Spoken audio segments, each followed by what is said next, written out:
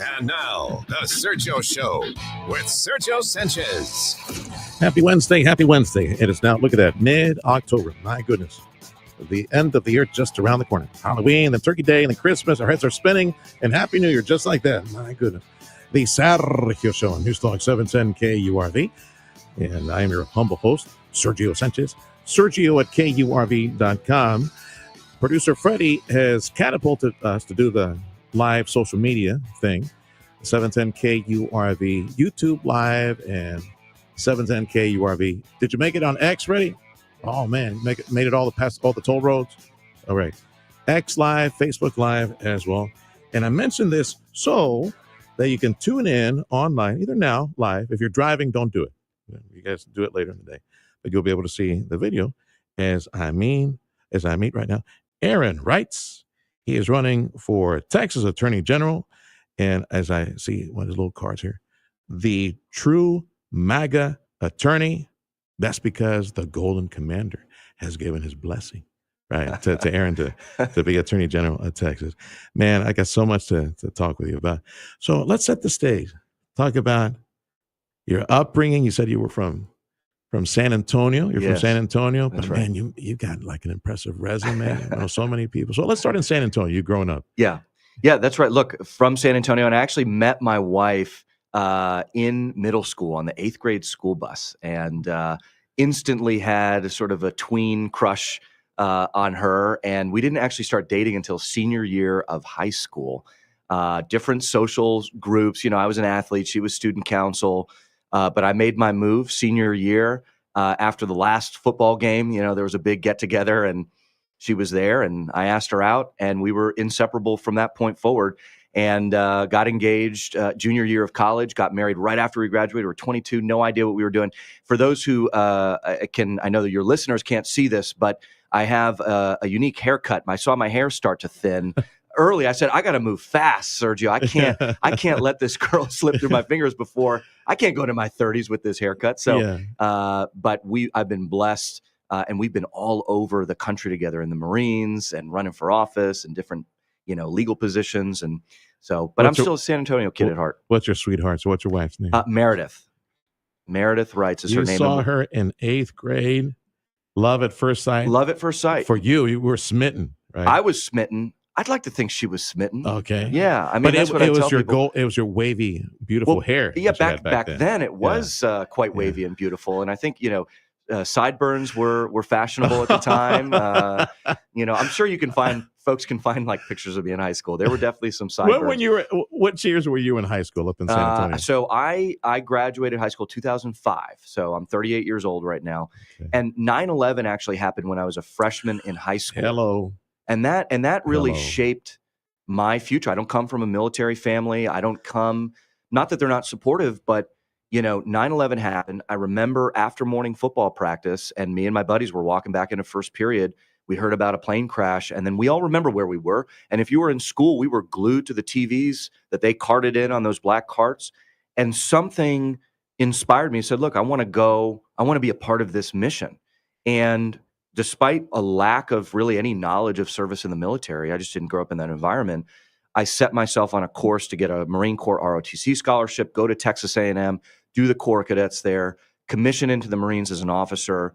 And, a year later, after I became a brand new lieutenant, I was in Afghanistan, Northern Helmand Province, on an embedded training team. My son, William, who's now 13 years old, he was actually born when I was in Afghanistan. And so I met him when he was 5 months old, which was, then that set me on a trajectory really to think, okay, this is an adventure for my 20s. I loved it. I loved being a young Marine officer with the guys, in your 20s. There's no experience like it. But then I ended up going to law school, stayed in the reserve. So, should, God forbid, there be anything like a 9/11 again, I would potentially get called up. I'm a major now in the reserve. But now, my fight for our country, for our state, for our nation, our values, our civilization, our Constitution, it manifested itself as a Marine several years ago, but that same spirit now animates my run for Attorney General and really my career in public service in the major legal fights of our state and our nation. And that's what's moving me forward. Aaron Reitz is running to be the next Attorney General for the state of Texas, has been endorsed by Donald Trump to be the next Attorney General for Texas. Well, I want to interrupt you there. Okay. Haven't been endorsed by Donald Trump to be the next Attorney General. What's important is I served in the presidentially appointed Senate confirmed role at the DOJ under President Trump. And when President Trump nominated me for that post, he said, Aaron Reitz is a true MAGA attorney and a warrior for the Constitution. And the reason why he said I'm a true MAGA attorney is because of my background fighting, leading, winning on the most important legal issues that our state and our nation are confronting right now. And so while I had the complete blessing from the White House to run for Texas Attorney General, what's important to note is that I'm the only one in this race who has been personally vetted, hand-selected, and tasked with leading high-impact legal teams to advance law, order, and justice in our country. That's something that distinguishes me from everybody in the race who is either antagonistic to Trump or is just pretending to be Trump-aligned because it's politically convenient. I've been endorsed by Paxton, though. Attorney General Ken Paxton, the current sitting Attorney General, has endorsed me to succeed him as the next Attorney General of Texas. Aaron Reitz, nominated by President Trump, confirmed by the Senate, with every Democrat, of course, voting no, to lead the Department of Justice Office of Legal Policy, and also with the AG's office here in Texas. Yes, that's right. Working on key issues. I got to take you back to 25 some odd years ago, 20 some odd years ago. You're 14 years old, you're in high school. And first period. With sideburns and hair, believe it or not. Yeah. and you see what's going on 9/11. Yeah. As a kid. Yeah. Now, tell me about your family, your upbringing, your mom and dad. Were they political? Were they conservative? Were they Christian? What welled inside of you when you saw those images? And because you had to draw from that to eventually launch into this path that the Lord has you on. Yes. Well, look, my parents are loving. They raised me, my brother, and my sister as best they could. I come from a middle-class family. Didn't come much from anything, and so by the grace of God, I've been able to build a what I consider to be a successful career.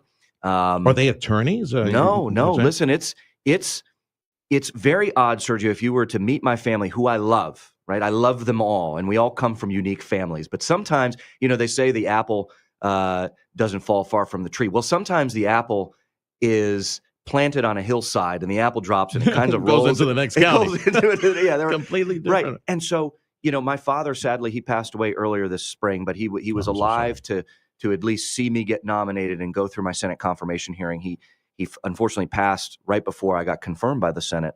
But my mom is still around, and we're thinking about moving her in with us just because she's 65, beautiful, vibrant, full of life, has at least another 30 years. But my point here is in saying that I don't know, other than God intervening in my life in the way that God himself intervened with Paul on the road to Damascus. I didn't necessarily grow up in a very church-going family, although now I'm a devoted, faith-filled man. We pray as a family. We go to church every week at least.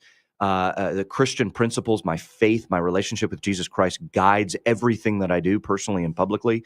But that apple rolled into a different county. And so, I don't know what to say. Would you say that the events of 9/11 impressed you to the point where that's the inflection point, where had it not been for 9/11, maybe, I don't know, I'd be talking with a dentist, or maybe you never met because there was something that you told me off it, something stirred, something happened. You saw this. Yes. And I'm thinking that's the inflection point where the path you're on now was for millions was a result of 9/11. That I think was an inflection point. It was an inflection point. I began to think seriously about the fact that our country has enemies. We have enemies because we're unique. What makes us unique? It's our founding principles. It's our history. It's our heritage. It's our faith tradition. It's our unique geography. It's everything that makes America an exceptional place that incenses our enemies abroad to want to attack us. Now, that inflection point has sort of evolved over time because now, as a slightly older man, now an attorney primarily fighting in legal combat as opposed to military combat, rather than thinking more about our foreign enemies of the Constitution, although they remain numerous and powerful, I often think more about our domestic enemies, the threats from within. I'll tell you, Sergio, one of the most impactful moments of my career is when I was 22 years old and I became a brand new lieutenant. I had to raise my right hand. I said, I, Aaron Reitz, do solemnly swear to support and defend the Constitution of the United States against all enemies, foreign and domestic. We often think about those foreign enemies of the Constitution. Yes, sir. But now Yes. I often think about those domestic enemies of the Constitution. And as the next Attorney General of the state of Texas, the AG wields vast powers to be able to protect our way of life, our constitutional order, and to do justice upon those domestic enemies of the Constitution. That's what I think about now. Aaron Reitz is running to become the next Texas Attorney General. Of course, you'll see him. When you go vote, you better go vote. You are a Republican family, you will see him on the ballot, Aaron Reitz, seeking the nomination to be in the general election November of 2026. Prosecuting election fraud is something that the Attorney General's office would like to do, take that out of the local jurisdiction, because the local jurisdiction has compadres and amigos and everybody else that they're all the bad hombres, right? They all know each other, right? And they do. That's the nature in East Texas, Piney Woods, and here in South Texas, the local DA who should be prosecuting election fraud doesn't, because they all know each other. It's incestuous. 100%. And the AG of Texas would like to do that. Did lawmakers agree on that to allow the AG? They did, and there's always more work to be done. But I will tell you, when I was Attorney General Paxton's deputy, I oversaw our election integrity efforts, and I was there for 3 years. And in 2020, during the 2020 cycle, I had all those tools available to me. In 2022, I had those tools stripped from me. Why? Because in 2021, the Court of Criminal Appeals issued an opinion that purported to deny the Attorney General the ability to prosecute violations of the Texas Election Code. The legislature came in and provided a fix to the law, a correction to the very wrong-headed decision out of the Court of Criminal Appeals, giving the Attorney General that full suite of tools and weapons to go and use. And so now, when I'm sworn in as Attorney General, primary is on March 3rd of 2026. I'll win the general in November of 26. But when I'm sworn in January 2027, I have that whole wing of the armory that I'm going to be able to go back into and make sure that our elections have integrity, confidence, transparency, fairness. Because look, sometimes you get good DAs, sometimes you don't. But a lot of the times, especially where we're talking now in the Valley, is you have, depending on the county you're in, depending on the region you're in the Valley, you'll either have an ally as a district attorney or a county prosecutor, or you'll have somebody who, like you said, they're amigos. These are the bad hombres that aren't going to do anything about it. And Texans need an attorney general who's going to come in over top and prosecute those crimes when the local prosecutor won't do anything about it. And I'm committed to doing it. Not only am I committed to doing it, I actually know what I'm doing. And I'm the only one in the race that knows what he's doing in this regard. You probably would need to allocate, put a team to work on that region to region, like a task force to work on it. We have a history. We have, from a mail carrier that gets caught selling his route as far as all the ballots. Mm-hmm. We have history back one of the local school districts just east of us, where the top leader commits suicide because the feds were like really close to him, and the politiqueras, the machine. Yeah. They were literally buying votes with cigarettes and cocaine baggies and fajitas and things like that. So there is a history of that. There definitely is. But you know what? It's the feds who prosecute that. Yeah. It's the feds. That's why in Texas we can clean house. Right. But it's a lot of work to be done. Well, but this is another huge advantage that I bring to the table, Sergio, is as somebody who was a member very recently in the senior most ranks of the Justice Department in the Trump administration, somebody who was selected and vetted by the president himself and Attorney General Bondi with relationships with all the right people. If the state doesn't have the tools to do justice here in Texas, there's no one who is more uniquely suited to pick up the phone and bring to bear those federal resources to do what we need to advance law and order and justice here in Texas. Let me check with Boss Man over here. Freddie, can we blow through keep going? Attaboy. Okay, so it's called the Sergio Show, not the Fred Show. But it's the Sergio and Fred Show. Yeah. Freddie, okay? So just making sure we don't have to run some commercials right now. We can wait just a little bit. Aaron Reitz, running for Texas Attorney General, Republican, in town. Yes. Thank you to Dr. Fred Farias and crew. doing some fundraising, pressing the flesh. Yeah. You will be, by the way, tonight. Let me see if I open up the page again. Yeah. Tonight, I took a picture of it. You will be in McAllen, fundraiser with Dr. Fred Farias putting this together at 5 p.m. today. You guys know Dr. Fred. Give him a call and be a part of it tonight. It's a fundraiser effort for Aaron Reitz, running for Texas AG Republican, who is, by the way, he's a Marine. Once a Marine, always a Marine. Yes. And he's still in the right. reserve. So God forbid the poop hits the fan and you're a Texas Attorney General and they call you up. Like, how does that work, man? There's not a lot of precedent on that. I think that, and I'm friendly with Secretary of War Pete Hegseth. I don't know. Like, look, I'm in the reserve to answer that call. You might right? have to answer the call because you're fit and healthy and you're working out. Well, the campaign trail does not help with the physical fitness. Okay, it's a lot of candy and fast food. And around here, you're going to be eating a lot of botanas. I know. There's a lot of botanas. I'm telling you. We got a lot of fat soldiers up in Illinois coming back to Texas. Oh, so it's you might have to go anyway. I know. They got sent back because they're not suited. Look, I am utterly unafraid. Part of the reason why I'm in the reserve is because if, God forbid, something like that happens, I don't want to feel like I'm on the sidelines. And if the Department of War, if the president, if the Secretary of War calls upon me to mobilize and go fight our enemies, then I'm ready to do it. That's part of the reason why I stayed in the reserve, because if, God forbid, another 9/11 type situation happens, I don't want to feel like all my guys, the guys who, my colleagues, my Marines are going and I'm sitting behind. But if the administration needs me to serve our country as staying as AG, then that I don't know what's going to happen. It's unprecedented. Aaron, I hope and pray that God give you the strength and wisdom and give you the seat so that not only on the election fraud issue and try to clean up the rolls and go after people that are buying the votes and those machines and they're just working it and just breaking the law left and right, that we actually get that clean. But the other one is all these protests that we see, right? Yeah. And we know it's these Antifa punks, violent, so-called anti-fascists who are nothing but little Nazis and fascists. They're the ones. Where's the money coming from? These are paid protesters. Man, we desperately need some type of investigation, maybe go in there with them, investigate, behind the scenes, follow the money trail. Is it truly George Soros that is funding this through several filters, and then go after that bastard as well? Yeah. We need that. I hope Texas would be able to take the lead. 100%. Like and yes, it is George Soros, but there are hundreds of George Soroses. George Soros has just taken on a particularly public profile and he gives extravagantly, but there are other high tier, mid tier, low tier donors, funders. They launder their money through an integrated network of 501c3s, C4s. They give to campaigns, they give to nonprofits, they give to PACs and super PACs.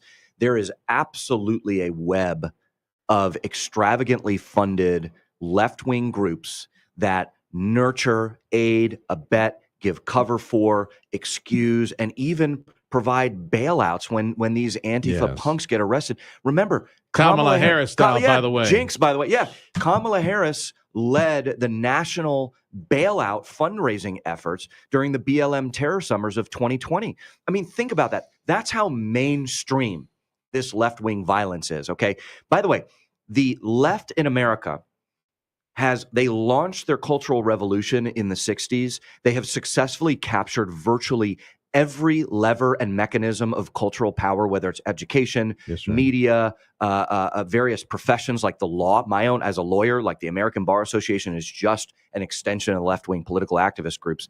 And they have nurtured and deliberately formed a left-wing movement that is now coming to its full violent fruition, to the extent to where if you become somebody like a Charlie Kirk figure, what do they want to do? They literally want to kill you. Yes. They are opening fire on ICE facilities right here in Texas. In Alvarado, you might recall that a group of Antifa members just sort of posted up on a hillside near an ICE facility and opened up M4-style rifles into the ICE facility. I mean, think about that. And so the Attorney General has vast powers to go smoke out and follow where the money trail is going, connecting the dots for Texans, prosecuting where he can prosecute, making referrals where he can make referrals, partnering with the feds if it's federal jurisdiction. And again, this effort, this is something that Ken Paxton is now beginning to get up off the ground, and I applaud him for it. What Texans need, this is a multi-year project to do right here. And we need an attorney general who's going to continue that fight. And I guarantee you that all of my opponents, if they're smart, they're going to say the same things that I'm saying. But the difference between me and them is I'm the only one that has done this before and knows what he's doing, who can partner with the feds, who just came from the DOJ under Trump, and who's been endorsed by Paxton to continue these fights, smoke them out, get them out of the state, lock them up behind bars so that the funding spigot stops. And these loony bins on the left who are being radicalized by the Soros network can not do what they're trying to do. If there is violence, if there are attacks against law enforcement, if there is damage and destruction of property, those who provided the money to pay for these protesters, they should be held, in my opinion, somehow responsible for funding the destruction, the mayhem, the violence against law enforcement. Yes. Aaron Reitz, Republican, is running to become the next Texas Attorney General. And at some point, here's another one. Look, the left, the so-called hate speech. I don't believe that. That's just me, man. Look, there's no such thing as hate speech. We have been conditioned through decades to believe that. Oh, and now these pea brains on the left, words are violent hands. Because you use words as violence, I can hit you physically. Very unintelligent people, easily manipulated people, have been conditioned to believe that. And we need courageous candidates and leaders to start, because CNN, MSNBC, these panels, the politicians, they're all back to their parroting the Nazi, Berg, fascist, Berg, Hitler, Berg, and they're still at it. Totally. So we need leadership in Washington, in Austin, and the candidates, as soon as it pops up, at some point, Lord willing, you'll have a chance to debate or maybe counter, and hopefully you probably don't even need to debate because you'll be so far ahead.